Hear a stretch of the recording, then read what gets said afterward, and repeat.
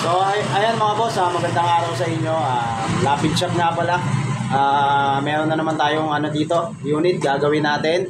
Ang problema is manibela. Ayan, lumalagutok, manibela. Baka ganito na rin yung manibela nyo, may sariling buhay. Dalawa lang yan sa manibela mga boss. Mahirap iliko o di kaya mga boss lumalagutok. Pag pumipreno ka sa harapan, lumalagutok. Ayan, mga common issue. Ito yung gagawin natin, papalitan natin ng ball race bearing.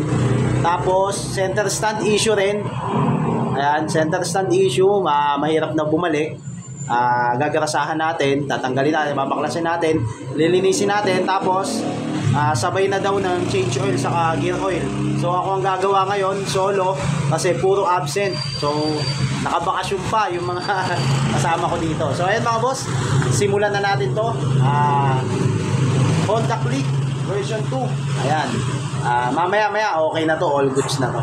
So ayan mga boss, bigyan ko lang kayo ng update. Nabaklas ko na siya. Ayan, baklas na mga boss. Nabaklas ko siya. Hindi ko na tinanggal to, diniskartehan ko na lang mga boss para mabilis yung trabaho natin. Pakita ko sa inyo yung nagiging problema.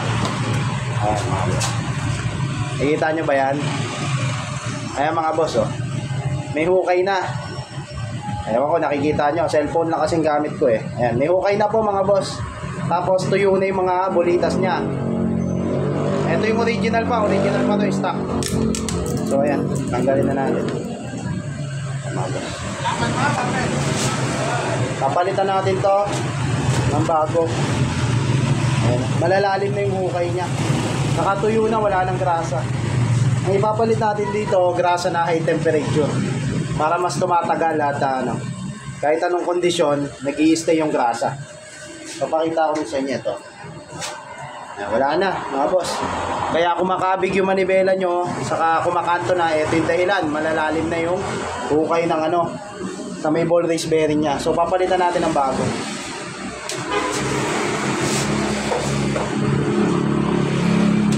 Tapos mga boss, napansin ko na rin kanina, yung shock nya malambot na, sobra, lumalagutok na rin. Isa rin kasi ito sa dahilan kung bakit nasisira yung ball race. Maliban sa pangit na daan, pag yung shock nyo sobrang tigas o kaya sobrang lambot, nadadamage po yung ball race bearing kahit bagong-bago pa lang. So kasama yan sa maintenance, itong shock, i-repack natin yung shock, lalagyan natin ng tamang langis, itotono natin para hindi masyadong malambot, hindi masyadong matigas, sakto lang, hindi lumalagutok. Para okay yung play ng harapan nyo, wala nang lagutok sa harap, kahit shock, kahit ball race, okay na. Ganun kami dito sa Lapid Shop. So update lang ulit mga boss, okay na. Napalitan ko na ng ball race. Okay na yung ball race nya. Napalitan ko na rin ng ng langis yung shock. Okay na, repack ko na yung shock. Okay na, wala nang lagutok. So ang ginagawa na lang natin ngayon, change oil, saka gear oil, tapos yung pinapatrabaho din sa atin yung center stand. So ayan, naglalak na center stand. So eto mga boss, preventive maintenance. Pag baklas ko, medyo mahirap na rin baklasin, pero okay pa, nabaklas ko nang walang kahirap-hirap sa tamang diskarte. So inagapan na natin to. Nahihirapan palang bumalik yung center stand, ginagawa na ng customer. So eto kasi yung problema kung bakit nahihirapan bumalik yung mga center stand. Eto mga boss, yan, kita nyo yan. Etong ehe ng center stand mga boss, nililihan natin ngayon kasi nga, ayan mga boss, nililihan natin kasi nga napuno ng kalawang. Dahil nga nasa ilalim yan, nababasa, tapos minsan hindi nagagamit yung center stand, so tumitigas yung kalawang, hindi nababaklas. Ayan mga boss, nililihan natin para bumalik doon sa dati. So maraming solusyon dito.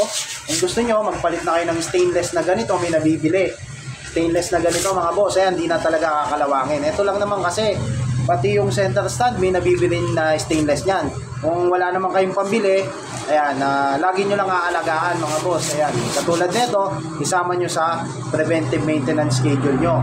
So depende naman yan, kung lagi nyo naman ginagamit yung center stand, okay naman yan. At kung nararamdaman nyo na mahirap na ibalik o pagkatanggal nyo na center stand, nahihirapan na umakyat yung center stand nyo o kailangan pa itulak ng paa, yun yung time na kailangan nyo nang ipalinis. So ayun lang mga boss, maya maya okay na to.